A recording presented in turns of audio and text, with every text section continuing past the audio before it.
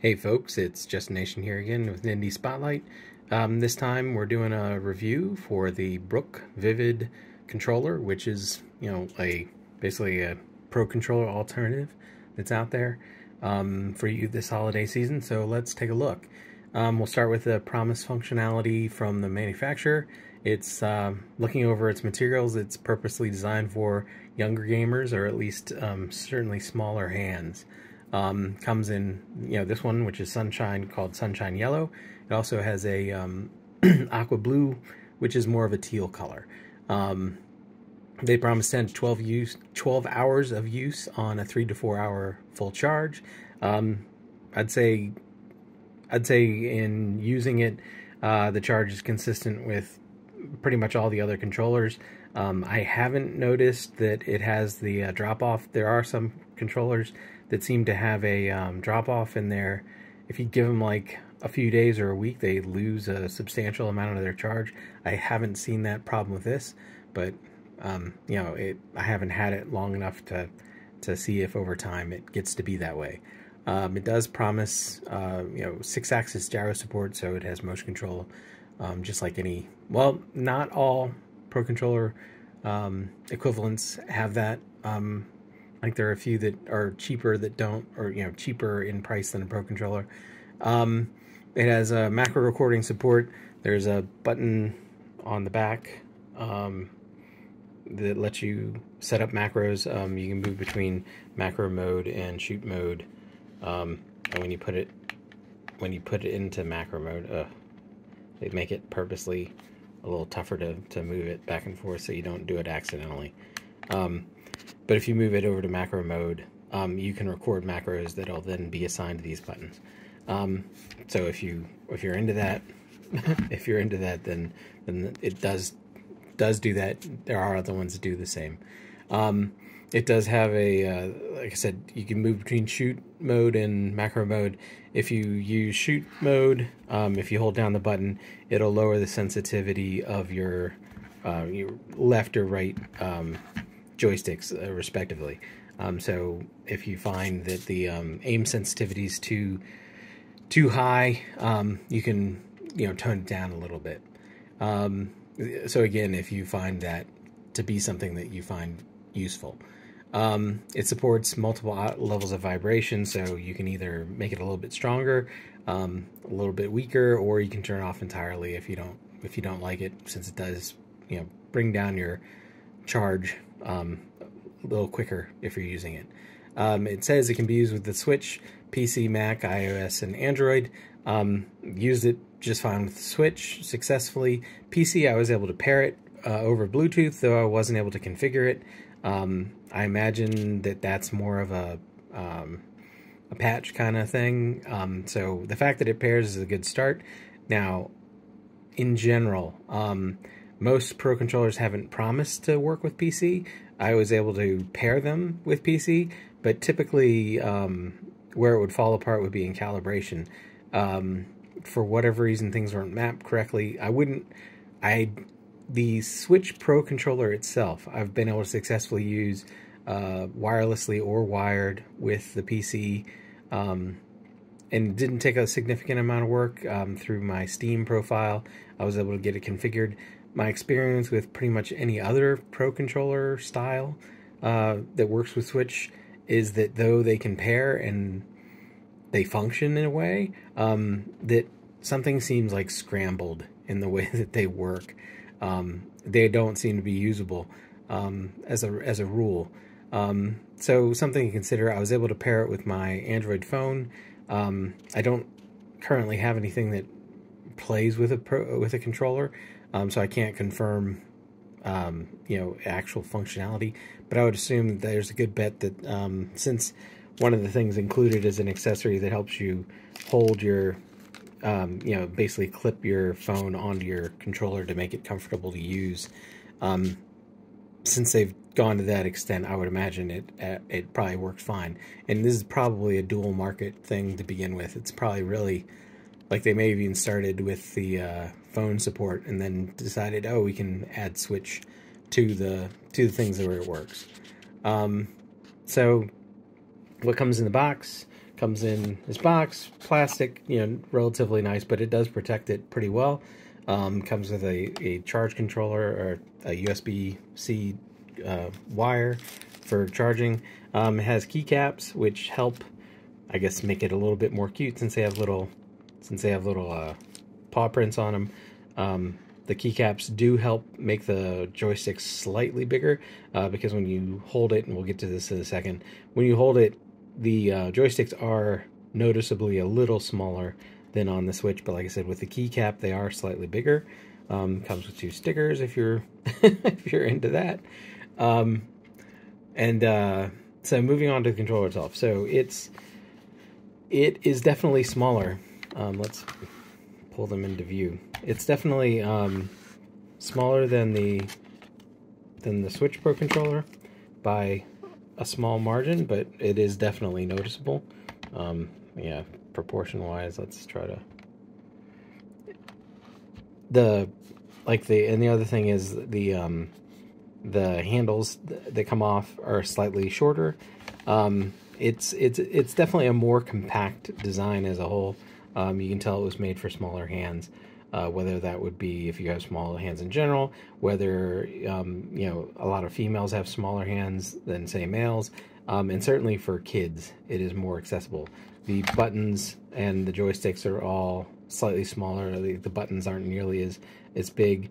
The buttons actually probably feel a little bit nicer than the Pro Controller.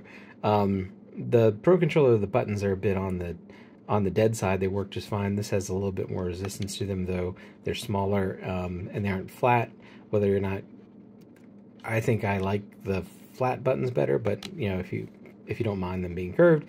The D-pad, I would say, is very comparable to the Switch. It is sort of crisp, which is good, but I wouldn't necessarily say it's more accurate. It still has some problems, but honestly, the Pro Controller is notoriously has a terrible D-pad where it can confuse directions very easily. I think this is a little bit less annoying in that sense, and certainly you could compensate a bit with the macro if you really were worried about executing certain things like in fighting games. You could compensate. The triggers. The biggest difference between the Pro Controller and this, the normal L and R triggers are the same in feel, but the Z triggers, these are spongy ones, which actually provide quite a bit of resistance versus the other ones. The ones on the Pro Controller, just you press them, and just like any other button. But these are definitely spongy and they give resistance. I ran into just a bit of an annoyance with that.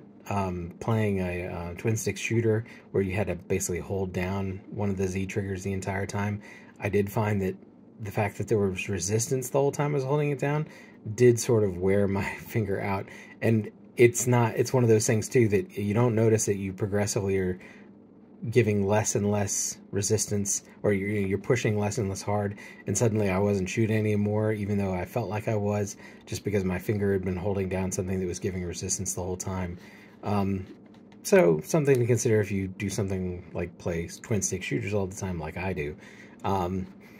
But otherwise, it is, it's surprisingly, it's very smooth. It has a nice finish.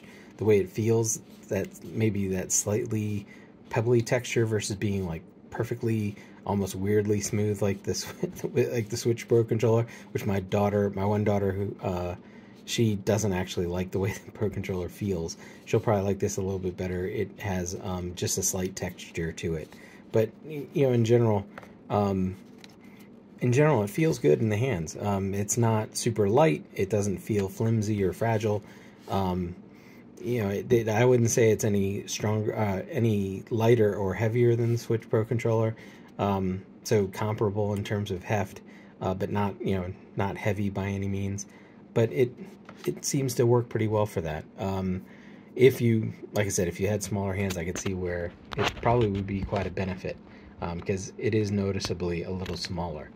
So going through my notes, just in case make sure I didn't miss anything. Let's see, compact form factor. The thumbsticks are definitely noticeably smaller, but the keycaps can compensate for that if you don't mind, or if you actually prefer the cute little the cute little paw print keycaps.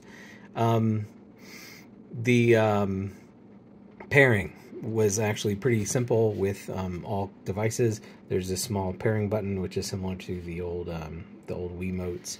I was able to just hold that down, looking for new controllers on the Switch, or looking to set the controller order on the Switch. Holding that down for 2 seconds or whatever, it showed up really easily. Didn't have to do anything like pair it with a cable or anything more complicated like that. It worked just fine. Let's see, I already talked about pairing with PC and Android. Currently, the list price for it on the website is $40, which is quite substantially lower than the Pro Controller, so definitely in terms of price. And it is $35 right now on Amazon. So, this is pre-Christmas. So if you're looking for a cheap alternative to getting a lot of controllers, this is actually a pretty good deal. Especially since it doesn't really have any compromises. Most of the ones that are cheaper than the Pro Controller by a fair amount, you can assume they've lost the. They usually lose vibration. Some of them don't have access, the accelerometers or whatever for doing motion controls. Most of them have cut back on features in order to make it a more accessible price point. But in this case, I don't really think there's any compromises that have been made. It's pretty much functionally the same as the Switch Pro Controller. It actually has additional features that the Pro Controller doesn't have, with the turbo mode and with the macro support. It has quite a lot of features that make it superior to the Switch Pro Controller if you're looking for those types of functionality. And then when you throw in stuff like the clip, if you would play with the Android or your iOS device, that might be a pretty good choice because of those things. The last note I'd have is just, so with the other Pro Controller alternatives out there that I've used, I've been able to pretty easily move from one to the other pretty seamlessly. I mean, they generally feel almost the same.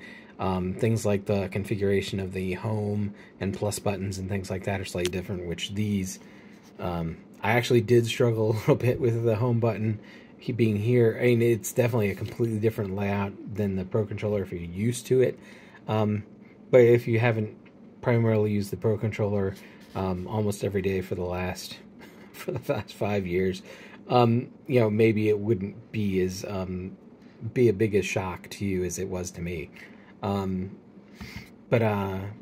it doesn't have the LED that some of the ones have to make it a little bit more sexy, but for its price and for its features and in general for how well it works, this probably is, if you don't mind the smaller form factor, and in fact that may be a plus to you, this probably is the best Pro Controller alternative I've played with on the Switch. In terms of everything it brings to the table for the price it has, I don't think there are any downsides unless you think the smaller form factor would be a problem. Like I said, the thumbsticks are definitely slightly smaller, and maybe you aren't a fan of the keycaps. They are cute, but maybe that isn't going to be enough to make you happy with it. But otherwise, like if you're a parent looking for your kids, this is a great deal. It really hits just about everything you could ask of it. Functions without compromise, and it's certainly a very accessible price point. Much more so than, well, the Pro Controller, though I consider it a great controller, it isn't cheap, and most of the alternatives are in the $50 range for the most part. So this is a great choice. And you aren't sacrificing anything by getting it on a budget.